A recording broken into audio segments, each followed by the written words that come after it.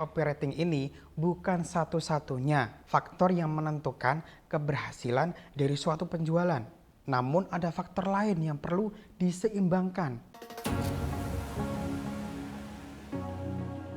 Nah, sampai saat ini, selamat, kamu udah berhasil belajar dasar-dasar copywriting. Namun ada satu hal penting lagi yang perlu kamu pelajari, yaitu tentang etika copywriting. Secara umum, etika copywriting itu, kamu harus bertanggung jawab dan juga jujur dengan setiap kalimat, setiap kata yang kamu tulis. Agar apa? Agar tidak merugikan calon konsumen atau audiens. Ingat, ada hak-hak konsumen yang perlu dilindungi. Mengapa hal ini penting? Karena ada undang-undang yang melindungi hak konsumen agar konsumen tidak terpapar iklan yang menyesatkan atau iklan yang bisa merugikan mereka di kemudian hari. Sehingga jika di setiap copywriting yang kamu buat itu dengan bertanggung jawab, jujur, dan juga tidak merugikan konsumen, semoga keberkahan menaungi kamu yang membuat dengan copywriting apa adanya. Nah, ada contoh nih, copywriting atau iklan yang kurang beretika. Yang seringnya itu salah satunya adalah mengekspos bagian tertentu dari seorang pria maupun wanita. Hingga juga menginformasikan sesuatu tanpa persetujuan pemilik dari konten tersebut. Itulah contoh dari copywriting atau iklan yang kurang beretika. Jadi begini, setiap produk atau jasa itu memiliki aturannya masing-masing atau karakteristik masing-masing yang perlu dan tidak perlu dihindari seperti itu. Artinya apa? Ini termasuk dalam etika secara umum ya, etika pariwara Indonesia Amandemen 2020, di mana ini untuk para pemilik usaha maupun pembuat iklan, yang dimana tentu harus mengikuti kaidah-kaidah tertentu yang udah dilindungi undang-undang. Misalkan produk kesehatan ini harus ada beberapa kata yang nggak boleh digunakan secara sembarangan. Artinya harus ada bukti, nggak bisa main klaim sembarangan. Begitu pula ketika produknya otomotif, ada aturannya sendiri.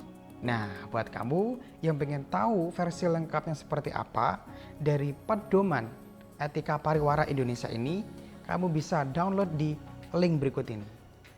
Biasanya jika ada pelanggaran iklan atau copywriting yang kurang beretika, bakal ditegur oleh KPI dan juga Dewan Periklanan Indonesia. Terutama bagi brand-brand besar yang memang secara vulgar mengekspos bagian tertentu dari seseorang. Dan itu memang untungnya sekarang ini sih jarang kita ketahui iklan-iklan yang seperti itu.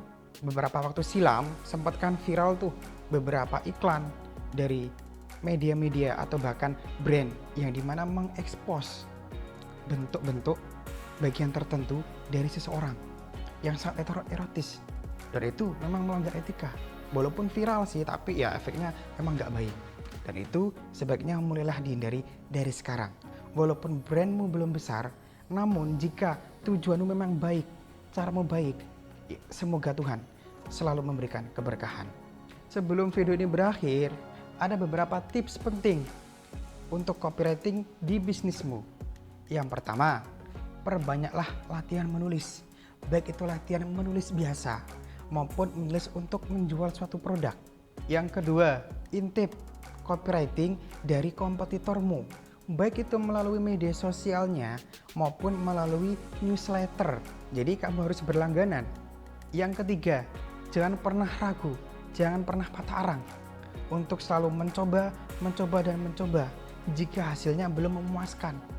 Percayalah, jika memang usahamu itu kuat, caramu baik, tujuanmu baik, keberkahan akan segera datang. Tetap semangat dan terus berjuang. Jika copywritingmu belum menghasilkan, perbanyaklah untuk mencoba sampai kamu berhasil. Poin yang ini juga sama pentingnya, yaitu setelah berhasil atau menulis copywriting, jangan lupa untuk membaca dengan suara atau dilafalkan. Mengapa? Agar kamu tahu nanti kesalahan apa sih dalam copywriting yang kamu buat. struktur kalimatnya kah, tanda bacakah, ataupun pemilihan kosakata. Perlu diingat bahwasanya copywriting ini bukan satu-satunya faktor yang menentukan keberhasilan dari suatu penjualan. Namun ada faktor lain yang perlu diseimbangkan seperti visual, seperti teknik iklan, dan juga hingga teknik closing. Dan itu harus saling berkesinambungan. Dan tak kalah pentingnya, selalu seimbangkan antara usaha dengan doa. Terutama dari doa orang terdekat kita, orang tua, dan juga pasangan kita. Yang terakhir, selalu lakukan evaluasi. Apa yang menjadi kekurangan terkait kalimatkah, pemilihan katakah, dan sebagainya. Jangan pernah malu untuk melakukan evaluasi. Coba tulis di secari kertas. Strategi copywriting apa sih yang akan kamu gunakan?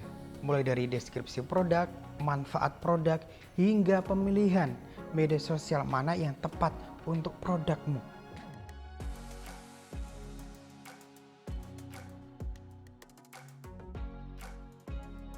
Terima kasih sudah belajar bersama. Saya Raharja Putra dan inilah kunci sukses dalam copywriting.